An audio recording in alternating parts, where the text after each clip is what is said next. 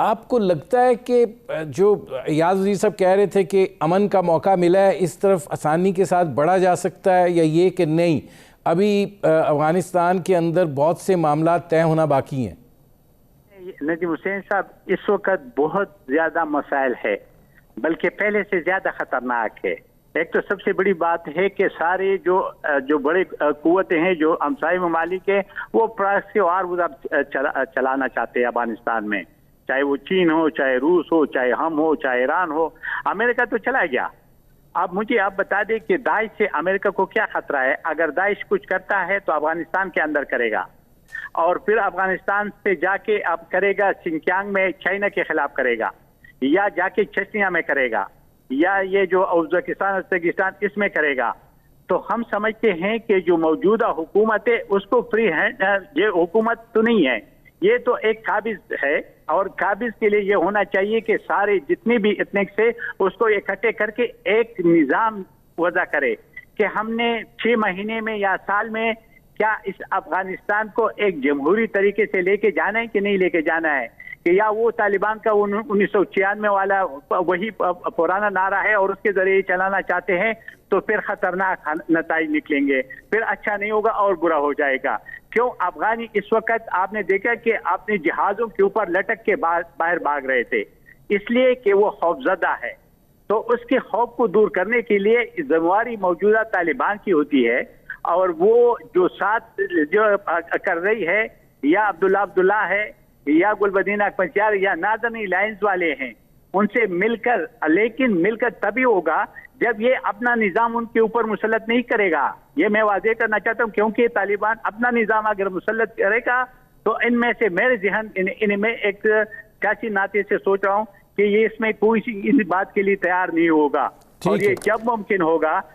میں زاہد خان صاحب آتا ہوں۔ اب ایاز وزیر صاحب، آپ کی اس پہ کیا رائے ہے؟ جو بات کہی ہے آپ زاہد خان صاحب نے، اب یہ جو جہادی تنظیمیں وہاں پر موجود ہیں، یقیناً علاقائی جو ممالک ہیں ان کے تحفظات بھی ہیں، خدشات بھی ہیں۔ جو کابل کے لوگ ہیں انہوں نے رات جشن بھی منایا ہے امریکہ کے جانے کا۔ آپ سمجھتے ہیں کہ ایک دیر پا امن جو ہے وہ وہاں پہ آ سکتا ہے کہ نہیں؟ ابھی معاملات جو ہیں وہ بہت الجھے ہوئے ہیں، اور ابھی وہاں پر فساد کے بادل جو ہیں وہ منڈلا رہے ہیں۔ دیکھیں، میں نے تو آپ کو پہلے سوال کے جواب میں تفصیل بتا دی۔ میرے حساب میں یہ ساری چیزیں ریوالو کرتی ہے آئندہ کے ڈسپنسیشن کے اوپر۔ اگر طالبان اور ان کے مخالفین ایک مشترکہ حکومت لانے میں کامیاب ہو گئے تو یہ خطرات تو ہیں اپنی جگہ، اس میں شک نہیں ہے، لیکن وہ خطرات پھر جڑ نہیں پکڑ سکیں گے، ان کو جگہ نہیں ملیں گی، وہ بامر مجبوری دب جائیں گے، پھر آہستہ آہستہ ہٹ جائیں گے۔ لیکن اگر مشترکہ حکومت نہیں آئی تو خطرات اتنے ہیں کہ میں نے تو پہلے کہہ دیا کہ پھر اس مرتبہ خدا نہ کرے افغانستان کے اندر سول وار ہو، افغانستان کو آگ لگ گئے، وہ بہت جل چکا ہے۔ لیکن اس طرح اس مرتبہ والی جو، اگر خدا نہ کرے اللہ نہ کرے، میں 1000 مرتبہ کہوں گا اللہ نہ کرے، لیکن اگر ہو گیا تو اس کی تپش پھر پہنچ جائے گی، یہ میں بار بار کہتا ہوں، وہ پھر صرف افغانستان تک محدود نہیں ہوگی۔ اس میں ایاز وزیر صاحب ایک اور چیز جو ہے وہ احمد مسعود کا معاملہ ہے۔ آپ کیا سمجھ رہے ہیں کہ ان کے ساتھ بات چیت کے ذریعے معاملہ حل ہو سکتا ہے کہ نہیں، یہ قصہ جنگ کے ذریعے ہی ختم ہوگا؟ میں نے سنا ہے کہ احمد مسعود کے ساتھ 2-3 دن پہلے ایک تقریباً جنگ کی نوبت آئی تھی۔ طالبان نے صرف 4 گھنٹے کا مہلت دیا تھا کہ آپ بات مان جائے، بات چیت کے ذریعے آ جائے، نہیں تو پھر بسم اللہ۔ تو پھر ان کے جو ایلڈر تھے، علماء اور دوسرے اکابرین، انہوں نے طالبان کو ریکویسٹ کی کہ آپ یہ ٹائم ایکسٹینڈ کر دیں، ہم بات چیت کے ذریعے حل کرنا چاہتے ہیں۔ تو تب سے لے کے اب تک بات چیت تو ہوتی رہی ہے، لیکن مسئلہ حل نہیں ہو رہا، کیونکہ احمد شاہ مسعود کا بیٹا بھی شاید کچھ اپنے قد سے زیادہ چیزیں مانگ رہا ہے، اور وہ طالبان شاید ایڈجسٹ نہیں کر سکتے ہیں. تو ہونا تو چاہیے کہ بات چیت کے ذریعے حل کر لے، کیونکہ احمد شاہ مسعود ایک الگ وہ شخصیت تھی، ان کی بیٹے کی شخصیت نہ وہ ہے، نہ امراللہ صالح کے ساتھ ملنے سے وہ قد بڑھ سکتی ہے. ہاں یہ ہے کہ اسپائلر کا رول وہ ادا کر سکے گا، اس کو کتنی مدد باہر سے ملے گی، کتنا سپورٹ ملے گا، یہ پھر ہم دیکھیں گے. لیکن بدقسمتی ہوگی کہ اگر پنجشیر نے بد امنی پھیلانے کی طرف پہلا قدم اٹھا لیا، لیکن اگر کابل میں اس کے علاوہ یہ دوسرے لوگ مشترکہ حکومت پہ راضی ہو جائے تو پھر پنجشیر کی اتنی اہمیت نہیں رہتی.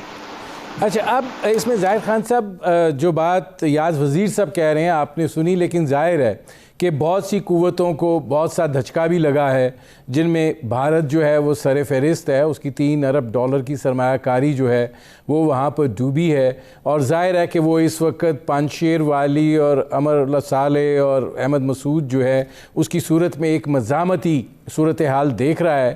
کس حد تک وہ لوگ جو اس صورتحال کو خراب کرنا چاہتے ہیں پانشیر وادی کے صورتحال کو استعمال کر سکتے ہیں؟ دیکھیے ندیم حسین صاحب، ایسا نہیں ہے کہ ہم نے صرف فوکس کیا پنجشیر پہ نہیں ہے. آپ کے ہزارہ کی جتنے بھی ان لوگوں نے کیا، وہ خاتون گورنر تھی، اس کو اس نے جیل میں ڈالا، اس کے سارے لوگ لا کے وہ پنجشیر میں ان سے ملے. اب افغان فوج جو تو آرمی تھی، اب ان کے بہت سارے افسر جا کے ان سے ملے. آپ مزار شریف کے جو دوستم کے لوگ تھے وہ بھی جا کے ان سے، بہت سارے جو پراونس ہے وہاں پہ نزدیک، ان کے پراونس تو بہت چھوٹے چھوٹے ہیں، وہ سارے جا کے ان سے ملے. اور وہ ابھی یہ کہتے ہیں کہ ہم لڑنے. دیکھیں یہ بات نہیں ہے. آپ اپنے قد سے کتنا حصہ زیادہ مانگ رہے، کیا نہیں مانگ رہے، میرے خیال میں یہ بات نہیں ہے. بات ابھی صرف اس پہ ہے کہ نظام کیسے ہوگا. میں بار بار ندیم حسین صاحب، حکومت بنانے سے پہلے زیادہ جو ضرورت ہے وہ نظام کی ہے کہ نظام کیسے ہوگا، کیا چلائیں گے، کیسے کریں گے. اور اس کے بعد وزیر تو کوئی بھی بن جائے گا، کیا وزیر سے مسئلہ حل ہو جائے گا؟ ہمارے یہاں پہ کتنے وزیر مشیر ہے، اور لیکن کوئی مسئلہ تو حل نہیں ہوتا ہے نا. نظام سے آپ کے ہوتے ہیں کہ آپ انصاف کیسے دیتے، ہیومن رائٹس کو کیسے پروٹیکٹ کرتے ہو. آپ نے وہاں پہ جو خواتین اور بچے جو روڈوں پہ نکلتے ہیں، آپ نے کہا کہ وہاں پہ رات کو جو ہوا تو وہ کون تھے وہ لوگ؟ کیا وہ عام عوام تھے، افغانی تھے، یا اس سے طالبان اور طالبان کے جو لوگ تھے یا طالب تھے جو باہر سے گئے ہوئے تھے، ان کا جشن تھا؟ جشن میں یہ نہیں کہہ رہا ہوں کہ امریکہ کے لیے کوئی ناراض ہوگا کہ امریکہ چلے گی، لیکن وہاں پہ جو صورتحال ابھی بن کی جا رہی ہے، جو آگے چلی گئی، یہ بہت خطرناک ہے. ہم یہ سمجھ رہے ہیں کہ اس کے بغیر نہیں کہ سارے افغان، یعنی افغان کو اگر آپ ڈیوائیڈ کریں گے کہ پختون ہے اور یہ ہزارہ ہے، یہ وہ ہے، اور پختون اپنا اس کو وہ کرے گا، تو میرے خیال میں مسئلہ حل نہیں ہوگا. دیکھیں ہمارے یہاں پاکستان میں بھی اگر ہم ایک صوبہ بڑا ہے اور وہ کوئی بھی کرتے تو چھوٹے صوبے اس کے خلاف آواز اٹھاتے ہیں اور وہ کرنے کی نہیں دیتے ہیں. تو اس طرح وہاں پہ جو بھی صورتحال ہے ہوگی. زاہد خان صاحب، میرے پروگرام کا وقت ختم ہو رہا ہے. بہت شکریہ زاہد خان صاحب، بہت شکریہ یاز وزیر صاحب. ناظرین، آپ نے ہمارے پینل کے شرکاء کی گفتگو سنی. اب تک کے لیے اتنا ہی، اجازت دیجیے. اللہ حافظ.